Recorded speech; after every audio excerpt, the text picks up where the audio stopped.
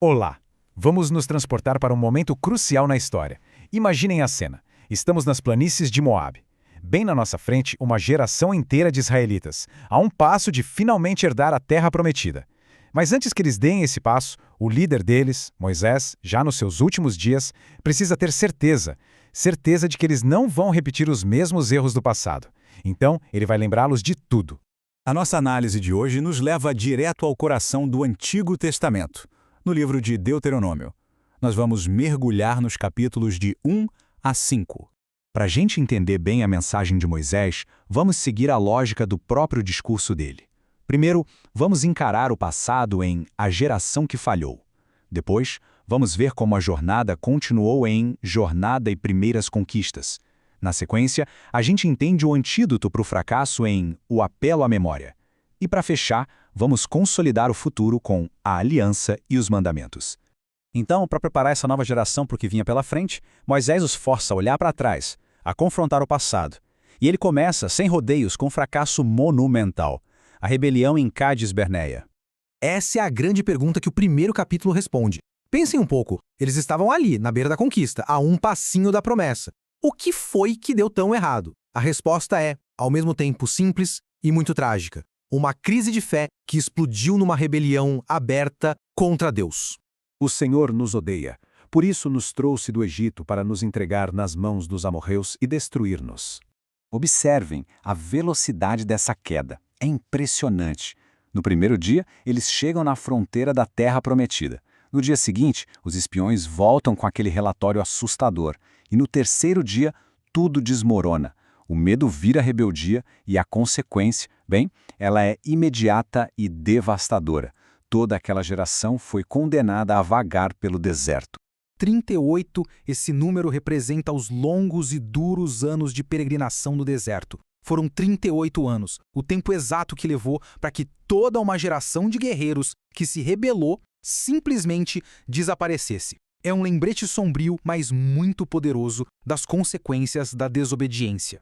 Mas olha, a história não acaba no fracasso. Aquela longa peregrinação não foi só um castigo, foi também um tempo de preparação. Deus estava ali, moldando a nova geração, ensinando estrategicamente quem eles deveriam evitar e, mais importante, quem eles deveriam sim confrontar.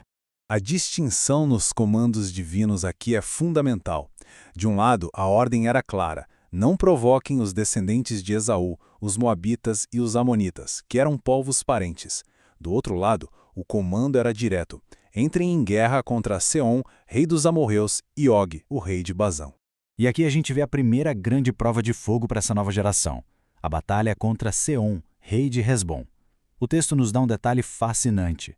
Diz que Deus endureceu o espírito de Seom, basicamente preparando o palco para o confronto. O resultado? Uma vitória completa para Israel.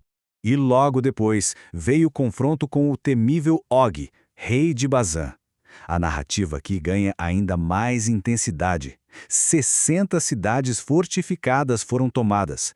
Isso não foi uma simples batalha, foi uma demonstração clara do poder de Deus abrindo o caminho para o seu povo. E este slide ajuda a gente a ter uma noção da escala dessa vitória. Deuteronômio 3 nos dá um detalhe incrível sobre Og.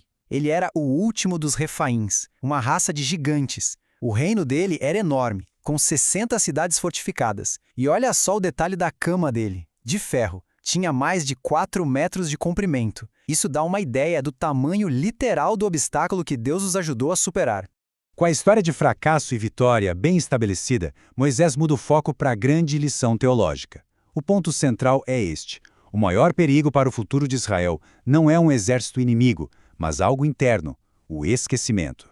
Apenas tenham cuidado e guardem-se bem para que não se esqueçam das coisas que seus olhos viram.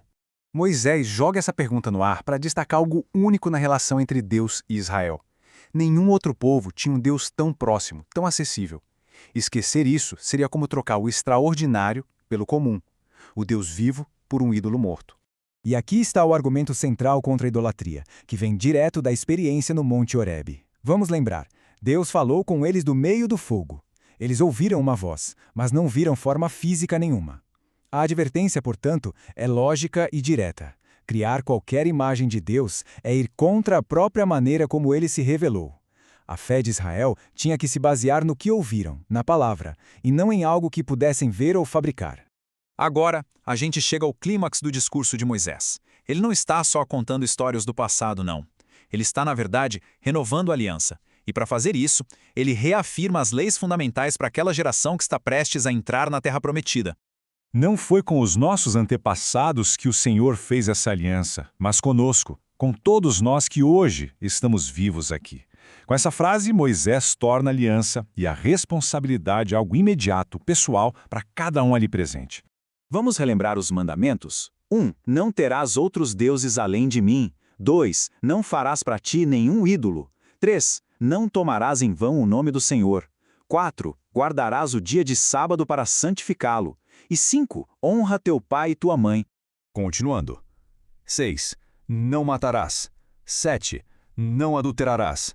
8. Não furtarás. 9. Não darás falso testemunho. E por fim, 10. Não cobiçarás. Depois de ouvirem os mandamentos direto da voz de Deus, no meio daquele fogo todo, o povo fica, compreensivelmente, apavorado. Eles chegam em Moisés e fazem essa promessa: Chega-te e ouve tudo o que o Senhor nosso Deus disser. Então tu nos dirás tudo o que o Senhor nosso Deus te disser. Nós ouviremos e obedeceremos. É uma declaração de intenção muito forte, que prepara o terreno para todo o resto do livro. Então a promessa foi feita. Nós ouviremos e obedeceremos. Mas a própria história que Moisés acabou de recontar nos mostra que a jornada da fé é cheia de desafios. A grande questão que fica no ar é: será que essa nova geração vai conseguir manter o coração fiel? Que outras leis e provações ainda os esperam antes de finalmente cruzarem o Jordão? Bom, é isso que as próximas análises vão nos mostrar.